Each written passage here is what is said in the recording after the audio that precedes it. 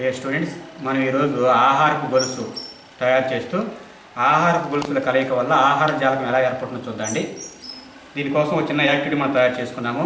ఒకసారి బోర్డు మీద చూడండి, మీకు రకరకాల జంతువులు కనిపిస్తూ ఉన్నాయి. ప్రతి జంతువు కింద కూడా ఒక మేక అమర్చాము.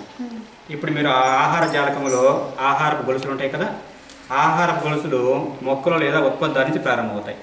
ఉత్పత్తిదారులను తింటూ ప్రాథమిక వినియోగదారులు అంటే శాకాహారులు, వాటిని తింటూ ద్వితీయ వినియోగదారులు లేదా మాంసాహారులు ఉంటాయి. ఇప్పుడు ఈ పటంలో మీరు ఎక్కడి నుంచి ఆహారపు గొలుసును ప్రారంభించి ఎక్కడే ముగిస్తారో ఆలోచించుకొని వాటిని కలుపుతూ మీకు రంగులకు దారాలు ఇచ్చాం కదా, వీటితోటి ఆహార గొలుసు తయారు చేయండి. ఫస్ట్ బాగా ట్రై చేయము, చేయి దూరం పెట్టేసుకో. ఓకే, ఏం తీసుకున్నావు? క్యారెట్.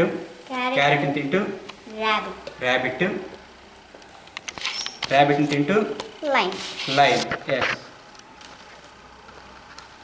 ఇది ఒక ఆహారపు గొలుసు. అమృత నువ్వు అయ్యాము, ఏంటిది?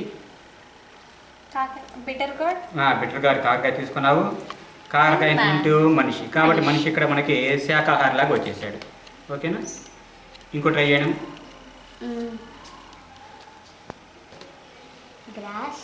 గ్రాస్.